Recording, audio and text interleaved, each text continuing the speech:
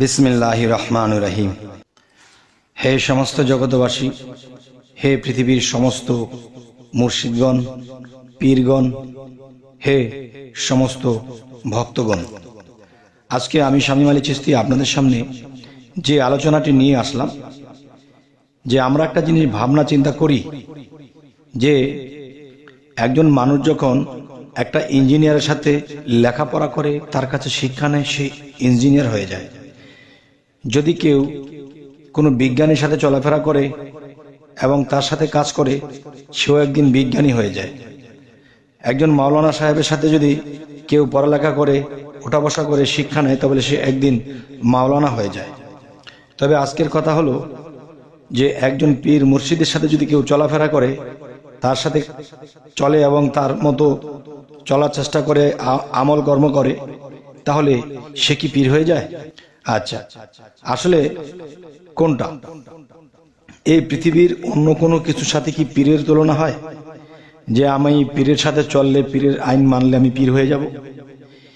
আচ্ছা, তাহলে আজকের যে আলোচনাটি হলো, এই পৃথিবীতে অনেক ভক্তগণ আছে যে তারা বায়াত গ্রহণ করবে, একদিন পীর হয়ে যাবে, এমন ভাবনা চিন্তা রেখে যারা বায়াত গ্রহণ করবে এবং পীরের কাছে যাবে, পীরকে মানবে, তখন সেই ব্যক্তিটি এই পৃথিবীতে পথভ্রষ্ট ছাড়া আর কিছুই হবে না। কারণ একটি কথা আছে আমাদের তরিকতের ভাষায়, যে পীরে আল্লাহ প্রাপ্ত বিষয় সত্য তত্ত্ববিধান পীরের কাছে। যদি সে কামেল হয়, আর যদি গোলমাল হয়, তাহলে তো সবকিছুই গেছে। তো আজকের আলোচনাটি হলো কি, যে পৃথিবীতে যিনি কামেল পীর, সে কখনো কল্পনাই করেনি যে আমি একজন কামেল পীর হব।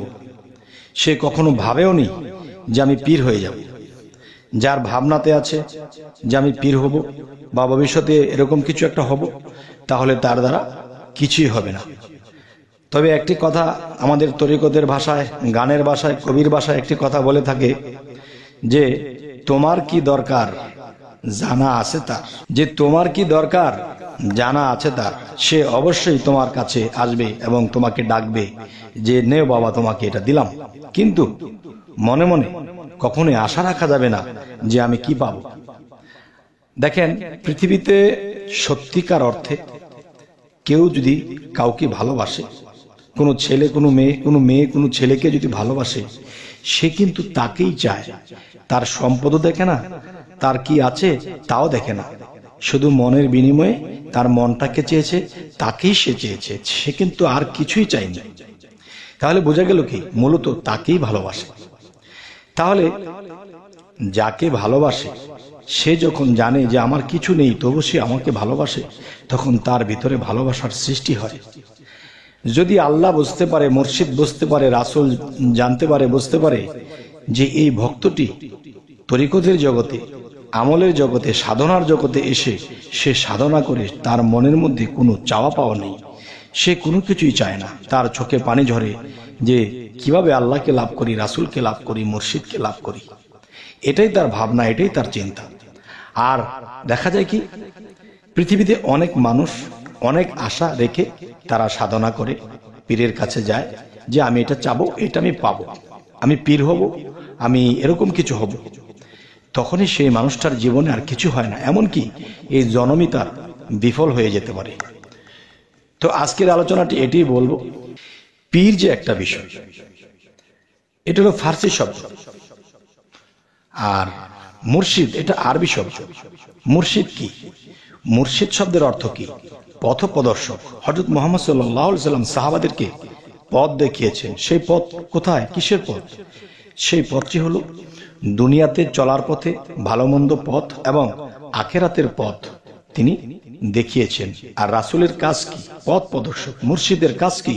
পথ প্রদর্শক। তিনি আমাকে সূক্ষ্ম পথ দেখাবে, প্রেম ভক্তির সত্যের পথ দেখাবে। আর সেই পথে যদি আমি আপনি অটল থাকতে পারি, তাহলে আমাদের চিন্তা আর করতে হবে না। আচ্ছা, তো আমি সমস্ত ভক্ত, এই পৃথিবীতে যে ভক্তরা আছে, আমি তাদের নলেজে একটা জিনিস দিচ্ছি, কিন্তু আপনারা কষ্ট নেবেন না। এটাই, কষ্ট নিলে শ্রেষ্ঠ হওয়া যাবে না। তবে স্পষ্ট আমার এই কথাটি অবশ্যই বুঝতে হবে, ইনশাআল্লাহ বুঝে নেবেন।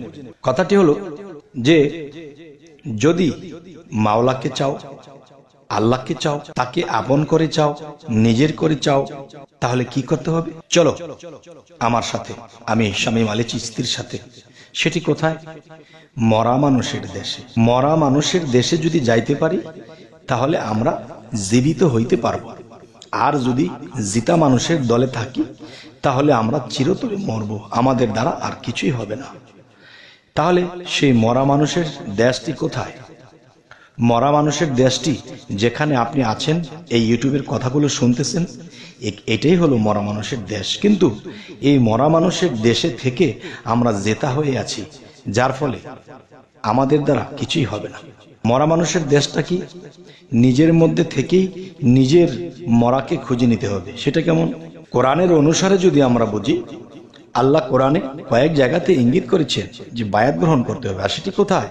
একজন কামেলের কাছে, যার সাথে আল্লাহর সম্পর্ক আছে, এলমে লাদুনি আছে, যার সাথে আল্লাহর সম্পর্ক আছে, এমন ব্যক্তির কাছে বায়াত গ্রহণ করলে তখন কি হবে? তিনি আমাকে যেই চরিত্রের শিক্ষা দিবেন, তিনি আমাকে যেই সাধনাগুলো দিবেন, যেই প্রেমভক্তির শিক্ষাগুলো দিবেন, এগুলো আঁকড়ে ধরব। এই আঁকড়ে ধরার পাশাপাশি সমাজে যখন চলবো, ফিরবো, খাবো, কাজ করব, এর মধ্যে কোনো বিষয়ে একটা বিষয় ঘটেছে, রাগে রাগান্বিত হয়ে গেছি, আমি রাগে কাউকে চড় থাপ্পড় দিয়েছি, না বাবা, তাহলে আমি মরার দেশে নেই। আমি জীবিত আছি বলেই তো আরেকজন জীবিত আমাকে খেপিয়ে দিয়েছে, আর তার এইসব ঘটনা দেখে তাকে আমি চড় থাপ্পড় দিয়েছি। তাহলে বোঝা গেল কি? আমি মরার দেশে নেই। আচ্ছা, এরপরে আমাকে যারা মানতো, আমাকে যারা ভালোবাসতো, আমাকে যারা কিছু খাওয়াইতো, আমাকে সময় দিত, আমাকে আদর দিত, তারা আমার থেকে বৈমুখ, বরঞ্চ আমাকে ভণ্ড বলতে শুরু করেছে। বিভিন্ন মানুষের সাথে বলতে থাকে আমি নাকি ভণ্ড, আমি খারাপ, আমি ভালো না।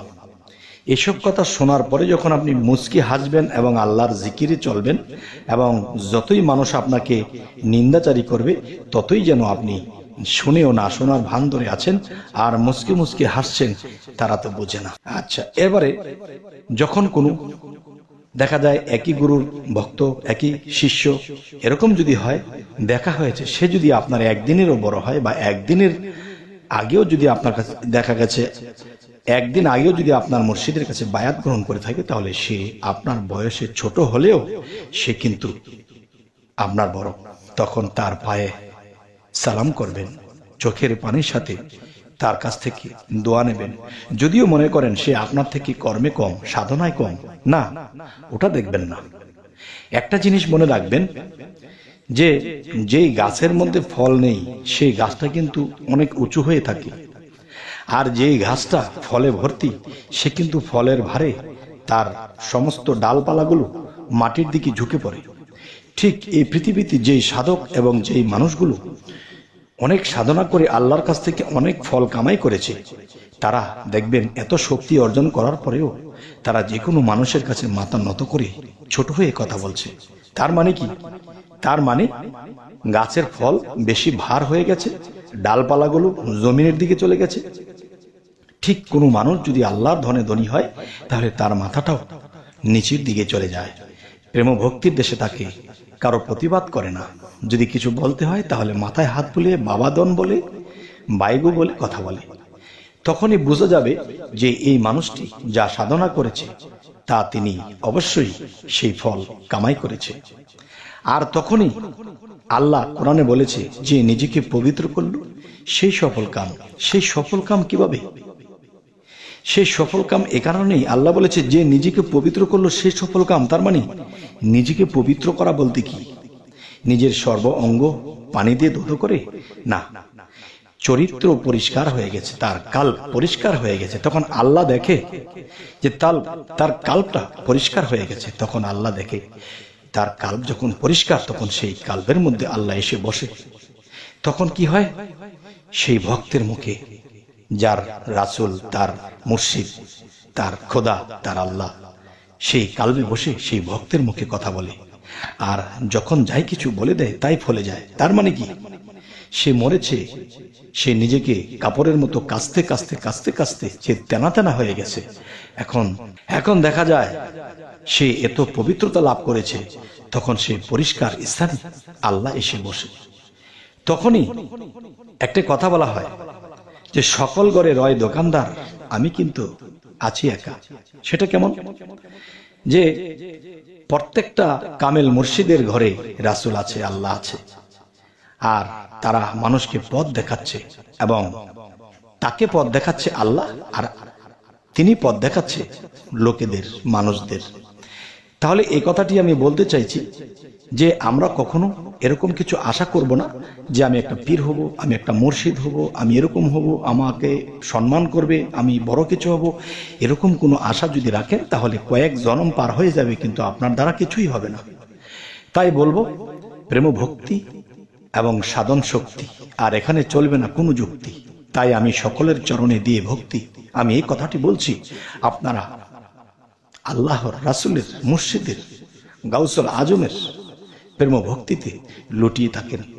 আরেকটি কথা পেশ দিতে পারেন যে গাউসুল আজম কি? দেখেন, গাউসুল আজম কি? গাউসুল আজম হলো যে মহা সাহায্যকারী, এটার অর্থ, বা শ্রেষ্ঠ সাহায্যকারী। তাহলে শ্রেষ্ঠ সাহায্যকারী কি? আল্লাহর উপরে কেউ আছে? আল্লাহ নিজেই। যখন বড় পীর আব্দুল কাদের জিলানী রহমতুল্লাহ আলাই তিনি আত্মজগতে যখন নবুয়তির কাতারে দাঁড়িয়ে থাকতেন, তখন কিন্তু আল্লাহ বলল, হে বড় পীর, আপনি এই নবুয়তির কাতারে দাঁড়াবেন না। কেন দাঁড়াবেন না? যে আপনাকে সেই বড় করেই পাঠাবো, সেই বাগদাদে আপনি আব্দুল কাদের নামে সেখানে জন্ম নেবেন এবং আমি নিজে আল্লাহ গাউসুল আজম হয়ে আপনার মধ্যে প্রবেশ করব এবং আপনাকে দিয়ে আমি ভক্ত তরাবো, তাদেরকে পথ দেখাবো। সুবহানাল্লাহ। হে সমস্ত জগতবাসী, তরিকতপন্থী যারা অবশ্যই কথাটা বিশ্বাস করবেন, কিন্তু শরীয়তের যারা, তাদের বিশ্বাস করতে কষ্ট হবে। কিন্তু কষ্ট হলে কি হবে? আমার কথা কি নষ্ট হবে? না, কথা ঠিকই থাকবে। যারা এখান থেকে নেওয়ার তারা বিশ্বাস করেই নেবে, আর যারা বিশ্বাস না করার নাই, কিন্তু এই কথা ফেলা যাবে না। আর বড় পীর কে, মঈনুদ্দিন চিশতি কে, এই খবরটা যদি কেউ গোড়ার খবর জানতো তাহলে সে শুধু রাত ভরে কাঁদতো। যাই হোক, হে সমস্ত জগতবাসী, আজ আমি শামীম আলী চিশতি আপনাদের কাছে যে কথাগুলো পেশ করার চেষ্টা করলাম, কতটুকু ভালো লাগলো তা জানি না।